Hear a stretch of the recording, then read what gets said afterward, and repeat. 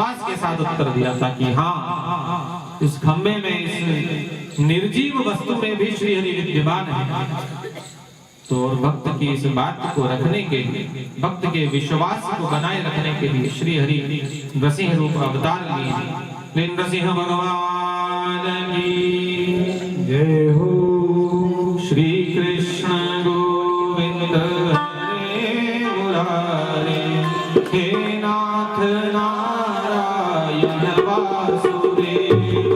श्री कृष्ण गोविंद हरे मुरारे, हे नाथ नारायण वासुदेवा। कृष्ण गोविंद हरे मुरारे, हे नाथ नारायण वासुदेवा। श्री कृष्ण गोविंद हरे मुरारी, हे नाथ नारायण वासुदेवा। हे नाथ नारायण वासुदेव, हे नाथ नारायण, हे नाथ नारायण वासुदेवा, हे नाथ नारायण वासुदेवा। कृष्ण गोविंद हरे मुरारे, हे नाथ नारायण वासुदेवा। श्री कृष्ण गोविंद हरे मुरारे, हे नाथ नारायण वासुदेवा। कृष्ण गोविंद हरे मुरारे, हे नाथ नारायण वासुदेवा। श्री कृष्ण गोविंद हरे मुरारी, हे नाथ नारायण वासुदेवा। हे नाथ नारायण वासुदेवा, हे नाथ नारायण वासुदेवा। हे नाथ नारायण वासुदेवा, हे नाथ नारायण वासुदेवा। कृष्ण गोविंद हरे मुरारे, हे नाथ नारायण वासुदेवा। ब्रह्मा की जय जय, विष्णु की जय जय, उमापति शिव शंकर की जय जय। ब्रह्मा की जय जय, विष्णु की जय जय, उमापति शिव शंकर की जय जय। श्री कृष्ण गोविंद हरे मुरारी, हे नाथ नारायण वासुदेवा। श्री कृष्ण गोविंद हरे मुरारी, हे नाथ नारायण वासुदेवा।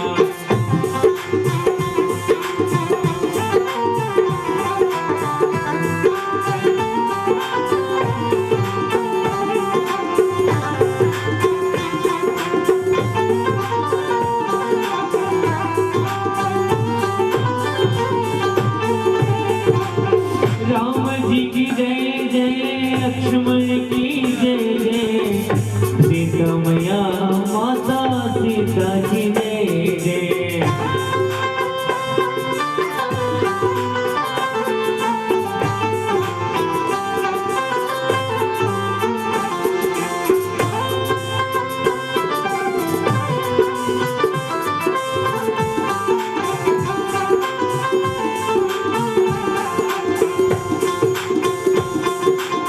राम जी की जय जय,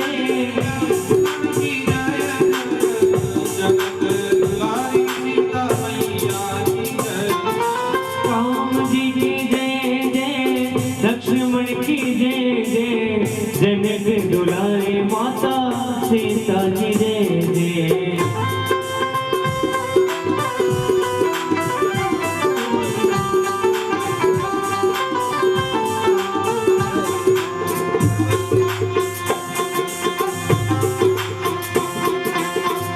कृष्ण गोविंद हरे मुरारे, हे नाथ नारायण वासुदेवा। श्री कृष्ण गोविंद हरे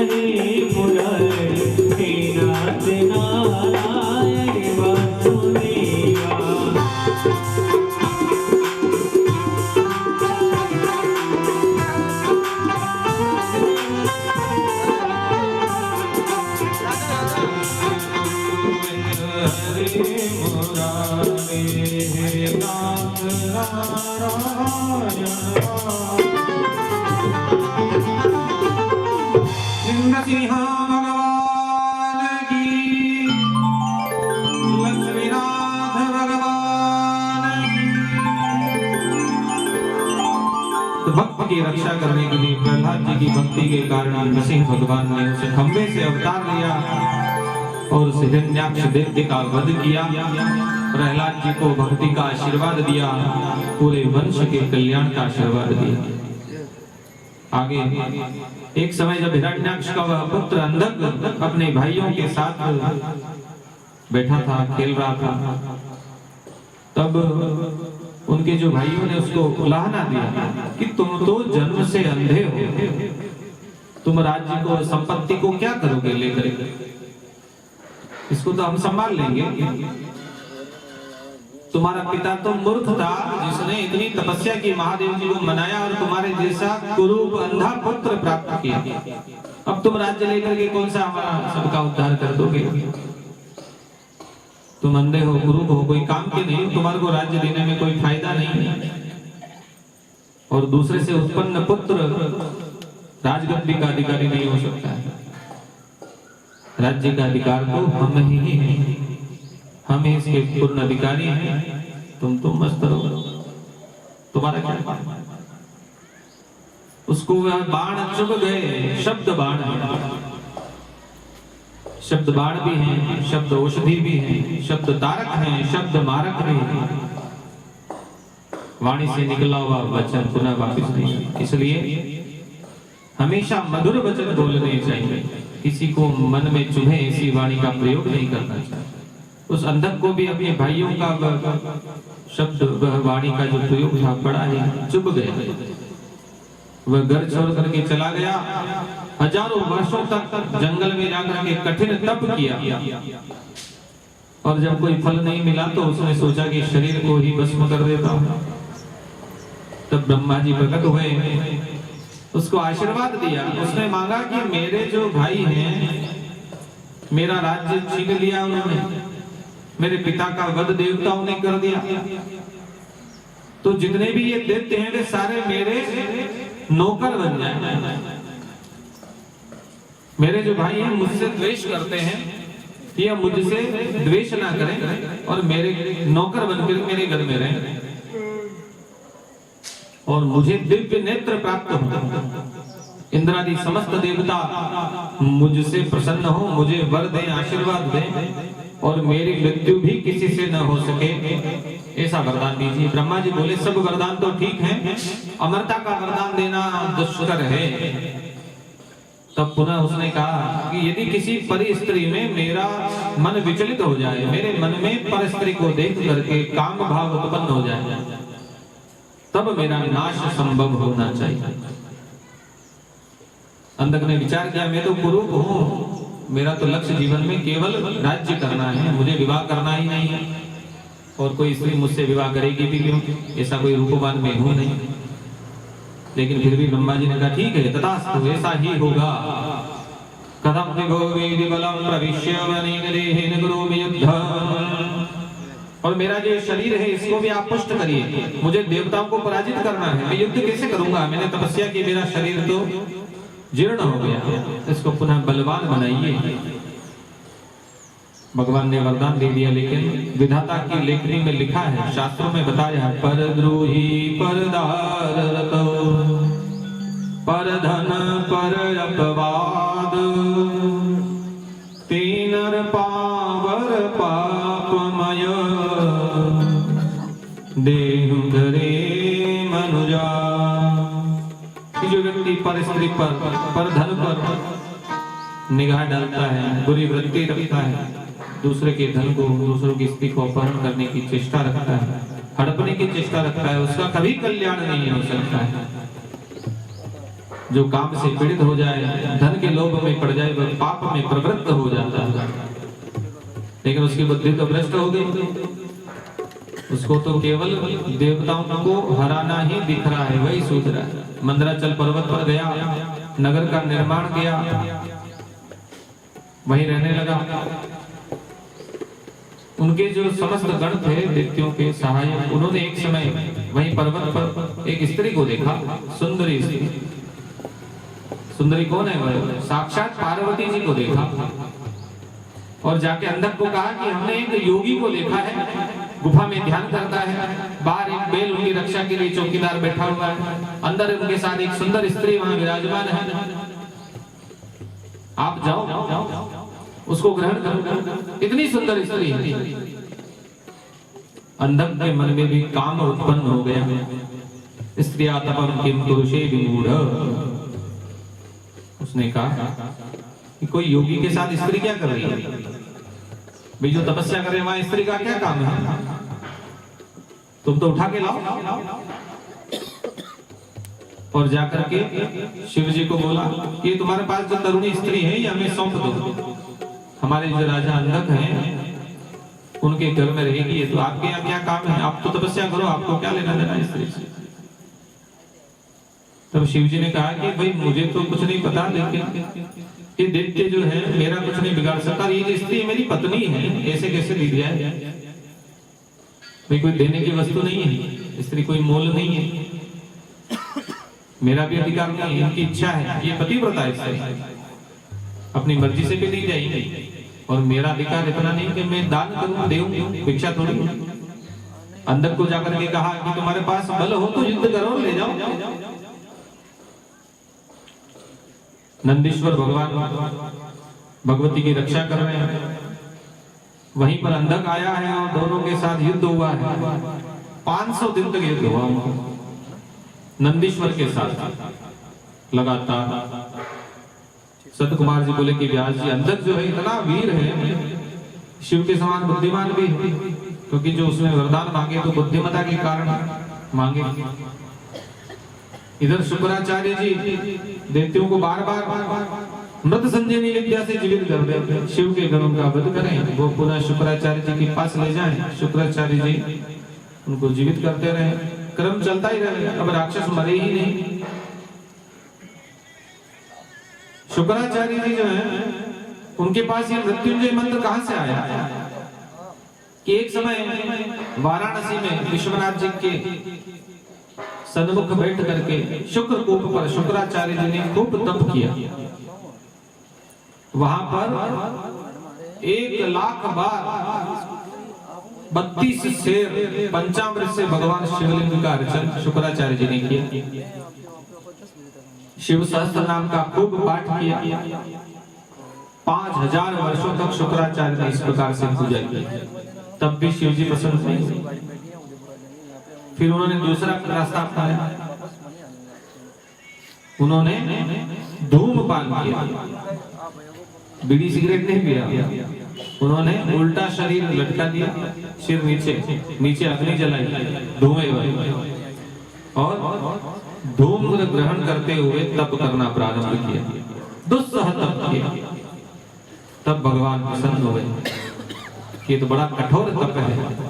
नमो निधिष्ठाय प्रियदवदविष्ठाय च नमः।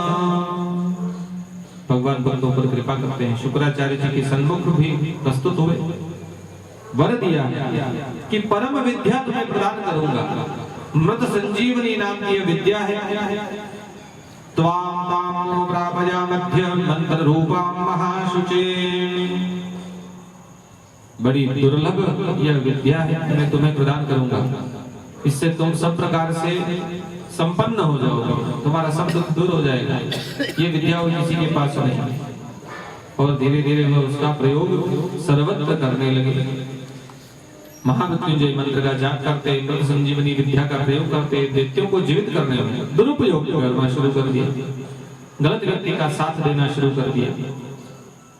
तो नंदी भगवान ने शुक्राचार्य को उठाया, जब युद्ध हो रहा है तो उठा करके शिव जी से बोले कि ये शुक्राचार्य हैं, ये बार बार देवताओं को जीवित कर देते हैं, इनका कुछ करो आप, नहीं तो सेना तो समाप्त नहीं हो रही। शिव जी ने कुछ सोचा नहीं विचारा नहीं, उठा करके शुक्राचार्य को अपने उदर में डाल दिया। धैर्यं वीर्यं गति कीर्तिं सत्वं तेज पराक्रमः। सब देवगण सोचने लगे कि हमारे गुरु की रक्षा हम नहीं कर सके। इधर शुक्राचार्य जब उदर में गए तो वहां पर निकलने का मार्ग ढूंढने लगे, उधर में शिव जी के उधर में भ्रमण करने लगे। वहां पर उन्होंने सब लोगों का दर्शन किया, ब्रह्मा विष्णु महेश भी वहीं पर विद्यमान है, त्रिलोकी वहां विद्यमान है। शिव के पेट में सारा सचराचर सृष्टि का दर्शन शुक्राचार्य ने किया। उन्होंने देखा कि बाहर जो देवताओं का दानवों का युद्ध हो रहा है वह भी वहां पर दर्शन हो रहे हैं। तो भगवान की इस माया को प्रणाम करने लगे, बारंबार महामृत्युंजय मंत्र का जाप करने लगे। ओम त्र्यंबकं यजामहे सुगंधिं पुष्टिवर्धनम् उर्वारुकमिव बन्धनात् मृत्योर्मुक्षीर्यमामृतात्। भगवान के मंत्र का जप करते हुए बारंबार भगवान को प्रणाम किया। भगवान ने पुनः उन्हें मुक्ति प्रदान की। तब वह युद्ध से विरत हुए। इधर अंधक जो है इतना बलशाली कि उस पर कोई भी प्रहार करें उस पर कोई फर्क नहीं पड़े। शुक्राचार्य ने अपने मंत्र को समेट लिया और भगवान के जो गण हैं वह शुक्राचार्य के उस आशीर्वाद से रहित हुए, अंधक को मारने के लिए दौड़े। तब वह शुक्राचार्य भगवान की शरण में आ गया। वह अंधकासुर भगवान की शरण में आ गया कि मुझे आप क्षमा करें, मेरा पूरा शरीर जीर्ण शीर्ण हो गया है, आप मुझे क्षमा करें। उसके प्राण नहीं छूटे फिर भी। तब भगवान ने उसे अभय दान दिया और कहा कि तुम आज से मेरे गणों के अध्यक्ष बनोगे।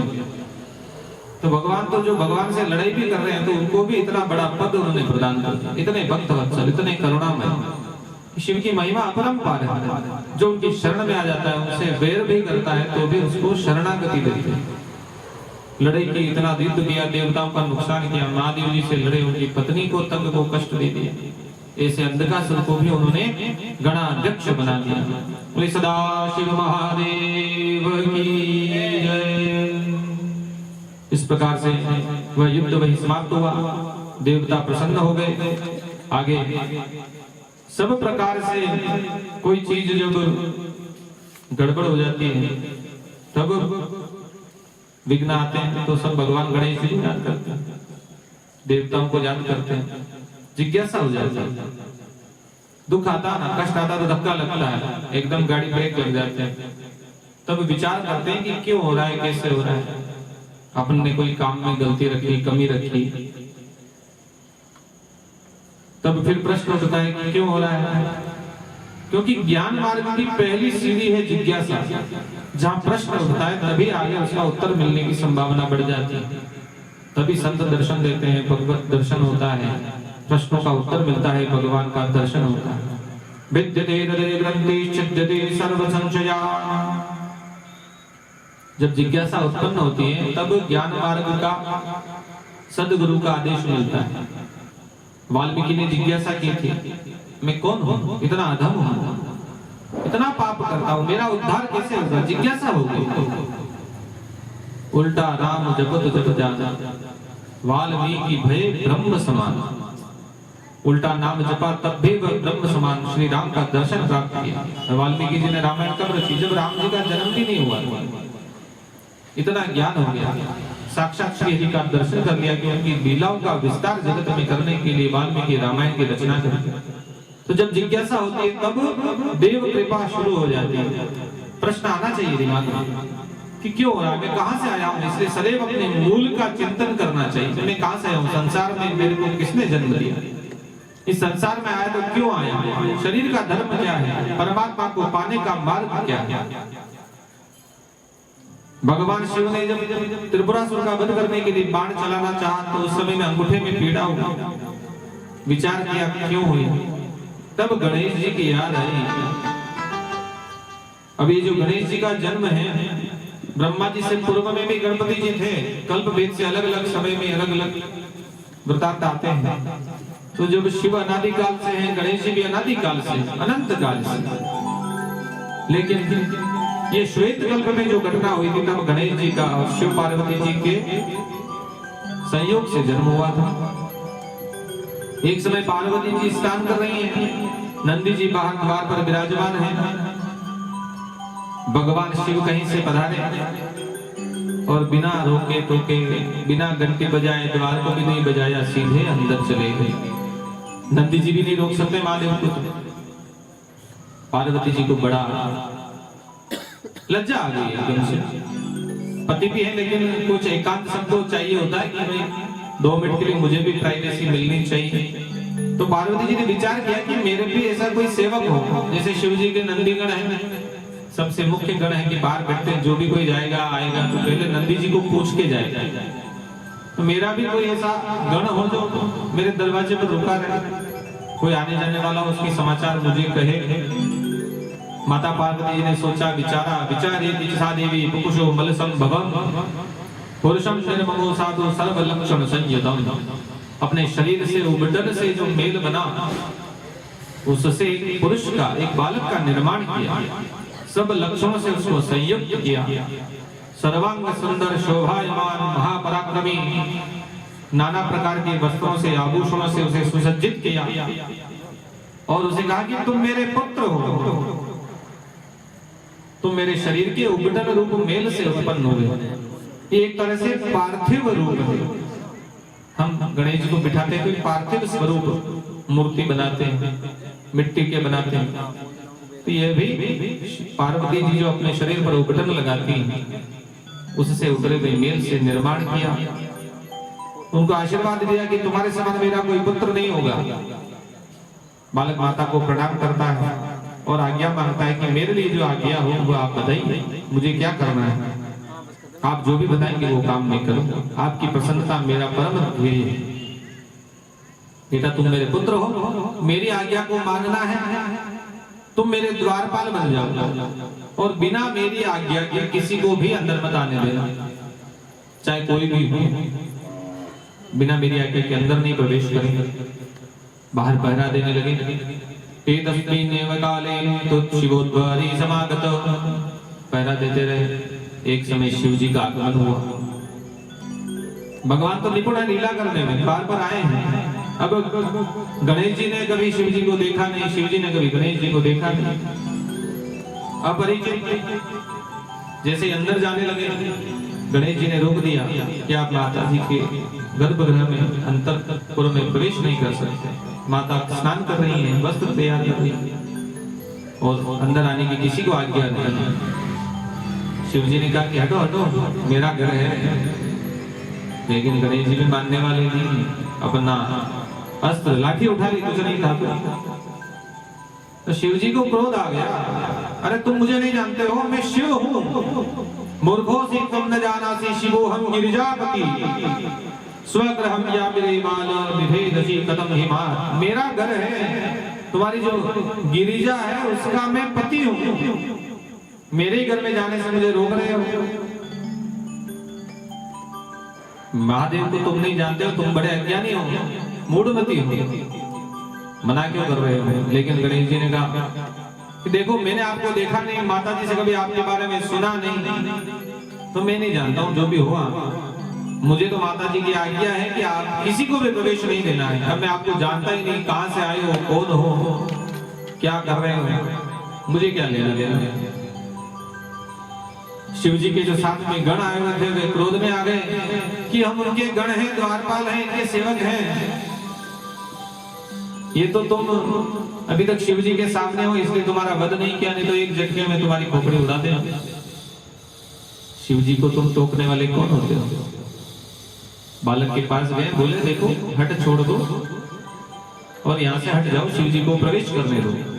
लेकिन बालक नहीं माना, आपस में लड़ने लगे शिव गण और वह बालक। रे रे तुम शमुवे बाल बलात् के परिभाष से, अपना जीवन चाहते हो तो यहाँ से हट जाओ, इतने से बालक हो क्यों फालतू का हट करते हो, दंडता शोभा नहीं देती। ज्यादा हट करोगे तो दंड मिलेगा। परंतु गणेश जी बालक रूप बोले कि मुझे अगर जीत सकते हो तो ही अंदर जाओ, बाकी जा नहीं सकते।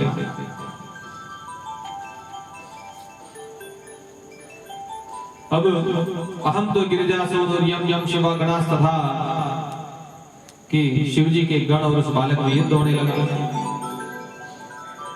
सबने कहा कि हट जाओ, लेकिन उस बालक ने कहा कि माता की आज्ञा मैं पालन करूंगा, इसमें कोई अन्यथा नहीं हो सकता, कोई इधर उधर की बात नहीं, कोई प्रलोभन नहीं, आज युद्ध ही होगा। शिवगण युद्ध करने लगे। नंदी आ गए, एक पेड़ पकड़ लिया, दूसरा पेड़ भृंगी ने पकड़ लिया, लेकिन काबू में नहीं आया, पेड़ छुड़ा लिए। सबने इधर उधर से हाथ पकड़े, पैर पकड़े, उन्होंने सबने घुमा घुमा कर सबको इधर उधर पटक दिया। सब गण भागने लगे। गणेश जी को देखकर सारे शिव गण परेशान होकर भाग गए। सब देवताओं ने देखा ये क्या कोलाहल हो रहा है, बड़ा ही इधर उधर झगड़ा सुनाई दे रहा है। नारद जी ने सबको समाचार कर दिया कि कोई बालक है, कैलाश पर इतना बड़ा भयंकर युद्ध चल रहा है। सब देवता कैलाश पर पहुंच गए। महादेव ने कहा देखो ये कौन बालक कहां से आया पता नहीं, मुझे अपने घर में नहीं जाने दे रहा है। ब्रह्मा जी गए, बालक को बोला देखो हटो यहां से। तो बालक ने ब्रह्मा जी की दाढ़ी नोच ली। ब्रह्मा जी भी साइड में हो गए। विष्णु भगवान गए, बोले देखो लड़ो मत, प्रेम से बात करते हैं। तो लाठी उठा करके और देवताओं के फटकार किए, हटो यहां से, मेरा काम मुझे करने दो। सब देवता गए समझाने के लिए, भूत गए, प्रेत गए, पिशाच गए, देवताओं के गण गए, लेकिन किसी की नहीं सुनी। हाहाकार मच गया, भयंकर युद्ध छिड़ गया। इधर जगदम्बा को समाचार मिला कि बालक के साथ सब देवता आकर के एक साथ युद्ध कर रहे हैं। बड़ा क्रोध आया माता को, मेरे बच्चे को संकट में डालते हैं देवता। उन्होंने अपनी शक्तियों को बाहर भेजा कि जाओ उस बालक की सहायता करो, और जाकर के शक्ति संपन्न बालक को बना दिया। परिग नाम का अस्त्र दिया गणेश जी ने। अब सर्वत्र शक्तियां वह परिग घूमने लगा। सारे देवता इधर उधर भाग गए, कोई भी नहीं बचा सामने। केवल कार्तिक भगवान, वो भी बड़े बलशाली हैं, तो वही कुछ लड़ते लड़ते वहां विराजमान रहे, रुक गए। केवल मुखम तस्तनापलायत विक्रमी, गणेश जी महाराज के सामने केवल कार्तिक भगवान ठहर सके, बाकी सब देवता भाग गए। अब सबने विचार किया कि इसको किसी प्रकार से बुद्धि लगानी पड़ेगी, छल करना पड़ेगा। लाठी के प्रहार से उसने सब देवताओं को घायल कर दिया। तब शिव जी को विष्णु ने कहा कि मैं इसको मोहित करता हूं, देखें अगर कुछ काम बन जाए। शिव जी ने त्रिशूल ले लिया, लेकिन गणेश जी ने भी माता का ध्यान करके शिव जी पर ही प्रहार कर दिया। शिव जी के हाथ से भी त्रिशूल गिर पड़ा। इतना बल माता के आशीर्वाद में। क्या है गणेश जी के पास? कुछ नहीं, केवल माता का आशीर्वाद। जगत जननी जिस पर कृपा कर देती है उसका तो कोई बाल भी बांका नहीं कर सकता। सारे योद्धा भाग गए, उस नन्हे से बालक के सामने कोई नहीं टिक सका। विष्णु का चक्र काम नहीं आया, त्रिशूल शिव जी का काम नहीं आया। पर भगवान ने बड़ा क्रोध किया कि अब तो इस बालक का मैं वध अवश्य करूंगा, और पुनः अपने त्रिशूल को उठा करके उस बालक का सिर धड़ से अलग कर दिया।